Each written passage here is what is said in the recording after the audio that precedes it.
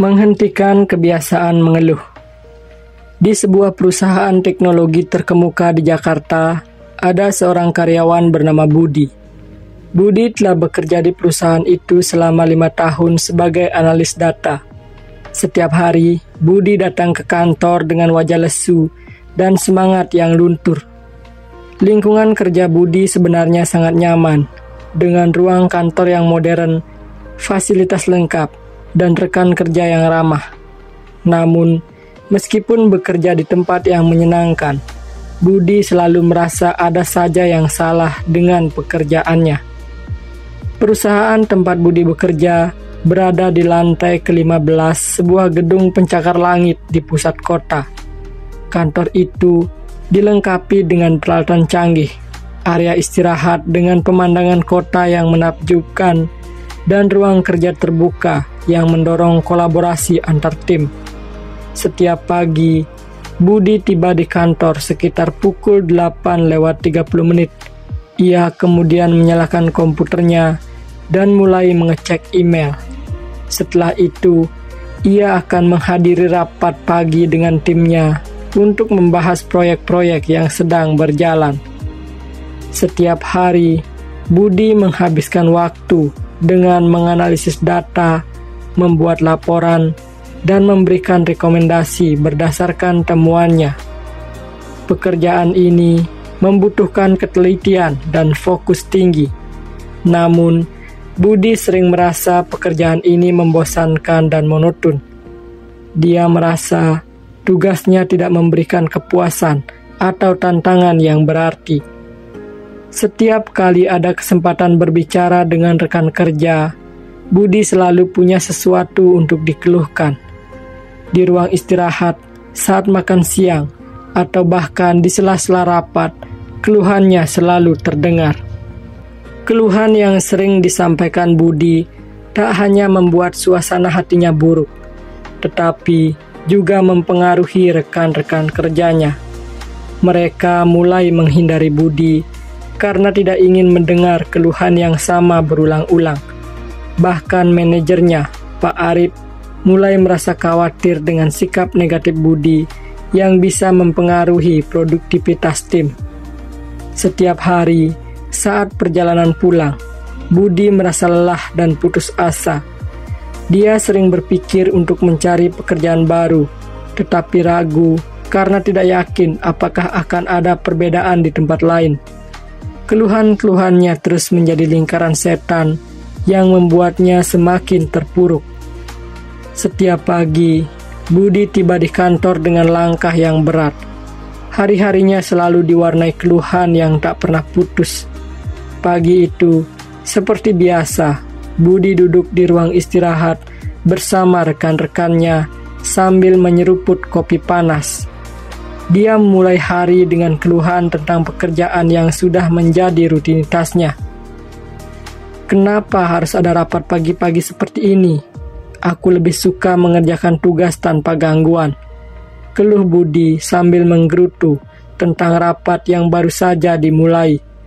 Rekan-rekannya hanya tersenyum kecut, sudah terbiasa dengan keluhan Budi yang tak ada habisnya.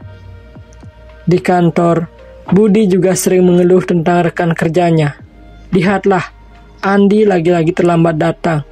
Dia pikir kita semua tidak punya jadwal.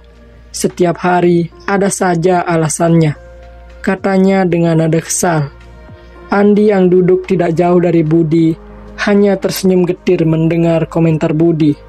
Sebenarnya, Andi seringkali harus mengurus masalah keluarga yang tidak bisa dihindari. Tapi Budi tak pernah mau mengerti.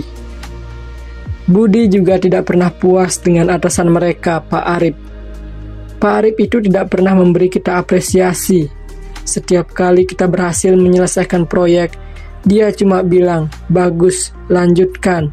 Padahal, kita bekerja keras demi ini, kata Budi dengan nada getir.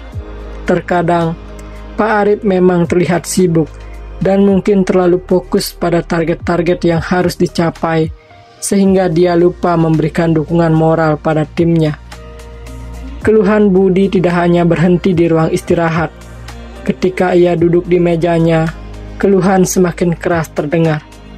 Kok deadline selalu mendadak? Rasanya seperti kita ini hanya alat untuk memenuhi target. Kenapa tidak ada perencanaan yang matang? Keluhan itu membuat suasana kerja menjadi tegang. Rekan-rekannya yang mendengarnya mulai merasa terbebani dan semangat kerja mereka pun menurun. Suasana kantor yang tadinya ceria berubah menjadi hening. Rekan-rekan Budi mulai menghindari percakapan dengannya, enggan mendengar keluh kesah yang tak ada habisnya. Bahkan, beberapa dari mereka mulai mengeluh secara pribadi, mengatakan bahwa Budi adalah sumber stres di kantor. Jangan sampai kita semua terbawa suasana negatif Budi, ujar Dedi, rekan satu tim yang biasanya ceria. Sementara itu, Budi sering merasa semakin terisolasi. Setiap kali dia ingin berbicara, rekan-rekannya sudah lebih memilih untuk fokus pada pekerjaan masing-masing, tidak ingin terjebak dalam lingkaran keluhan yang tak berujung. Produktivitas tim pun merosot. Rapat yang seharusnya menjadi ajang brainstorming dan pencapaian target malah menjadi tempat keluhan dan perdebatan tanpa solusi. Budi dengan keluhannya yang terus-menerus tanpa disadari telah mengikis semangat timnya. Pekerjaan yang seharusnya menyenangkan dan menantang menjadi beban berat yang sulit untuk ditanggung. Suatu pagi, Budi tiba di kantor seperti biasa, tetapi ada yang berbeda. Ketika dia memasuki ruang istirahat, dia melihat rekan-rekannya sedang bercanda dan tertawa bersama. Mereka tampak lebih ceria daripada biasanya. Budi merasa sedikit terasing dan memutuskan untuk duduk sendiri di pojok seperti biasa. Namun, kali ini, tak seorang pun mendekatinya untuk berbicara. Dia mulai merasa ada yang salah. Saat makan siang, Budi memutuskan untuk bergabung dengan meja rekan-rekannya. Ketika dia duduk, percakapan tiba-tiba berhenti. Rekan-rekannya hanya tersenyum kaku dan melanjutkan makan. Budi merasa canggung dan tidak tahu harus berkata apa.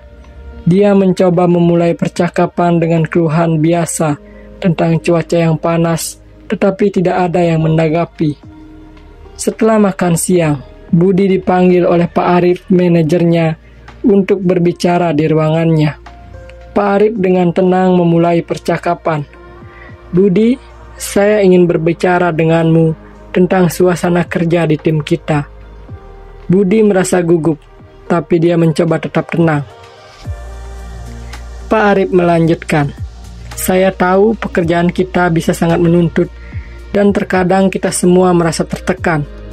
Namun, saya telah menerima beberapa keluhan dari rekan-rekanmu tentang sikap negatifmu yang mempengaruhi suasana kerja.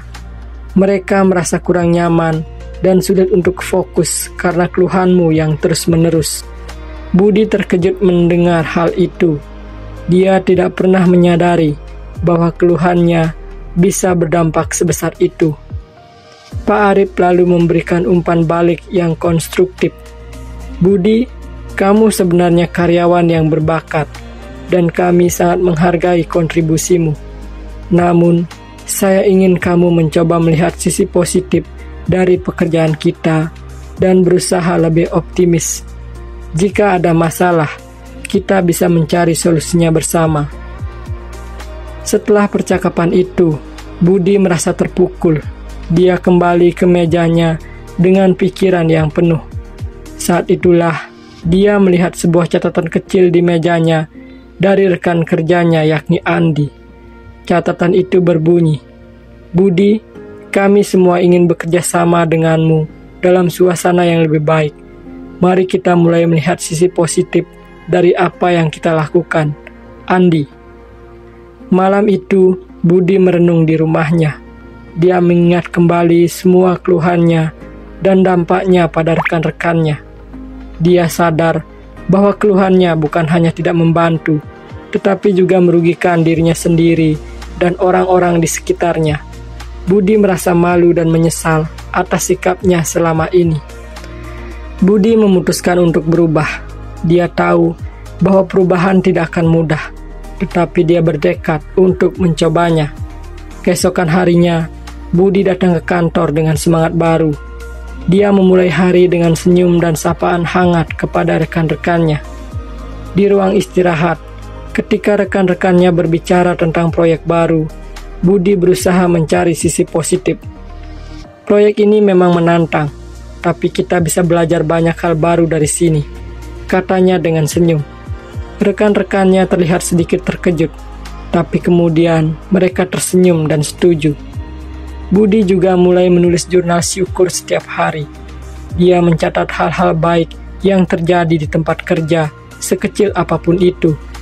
Perlahan, dia mulai merasakan perubahan dalam dirinya. Suasana hati yang lebih baik membuatnya lebih produktif dan kreatif dalam bekerja. Setiap kali ada masalah, Budi berusaha mencari solusinya daripada mengeluh. Dia mulai bekerja sama dengan lebih baik dengan tim IT untuk mengatasi masalah teknis dan berdiskusi dengan rekan-rekannya untuk menyelesaikan tugas-tugas yang mendesak. Beberapa minggu kemudian, suasana kerja di kantor berubah drastis. Rekan-rekan Budi mulai merasakan energi positif yang dibawanya. Mereka lebih semangat bekerja dan kolaborasi tim menjadi lebih baik. Pak Arif juga memperhatikan perubahan ini dan memberikan apresiasi kepada Budi. Budi menyadari bahwa perubahan perspektif tidak hanya membawa kebaikan bagi dirinya sendiri, tetapi juga bagi seluruh tim. Dia merasa lebih puas dengan pekerjaannya dan menikmati setiap tantangan yang datang. Kini, Budi tahu bahwa sikap positif dan rasa syukur adalah kunci untuk menciptakan lingkungan kerja yang harmonis dan produktif. Sejak keputusan Budi untuk berubah, setiap harinya mulai dengan semangat baru. Setiap pagi, dia tiba di kantor dengan senyum di wajahnya dan sapaan hangat untuk semua orang. Dia tidak lagi memulai hari dengan keluhan, tetapi dengan catatan syukur di jurnalnya.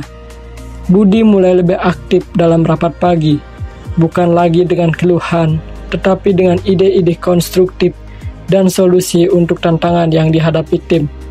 Ketika ada masalah dengan perangkat lunak, Budi menawarkan bantuan untuk bekerja sama dengan tim IT daripada hanya mengeluh. Dia juga lebih terbuka untuk mendengarkan dan memahami perspektif rekan-rekannya. Perubahan dalam sikap Budi membawa dampak besar pada suasana kerja di kantor. Rekan-rekannya mulai merasa lebih nyaman dan termotivasi. Mereka tidak lagi merasa terbebani oleh aura negatif yang dulu dibawa Budi. Kolaborasi tim meningkat pesat. Dalam rapat, diskusi menjadi lebih produktif dan efisien.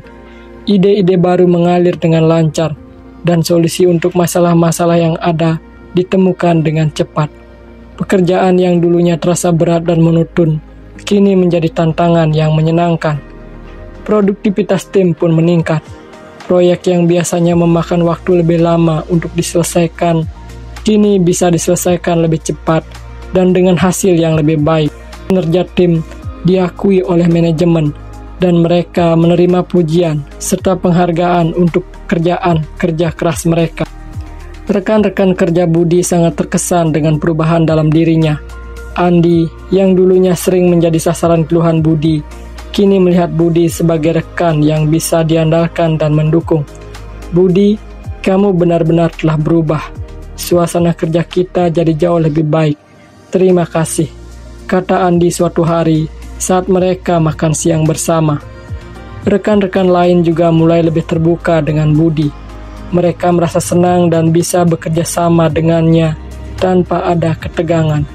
Di ruang istirahat, mereka sering terlibat dalam obrolan ringan dan canda tawa, membuat suasana kerja menjadi lebih menyenangkan.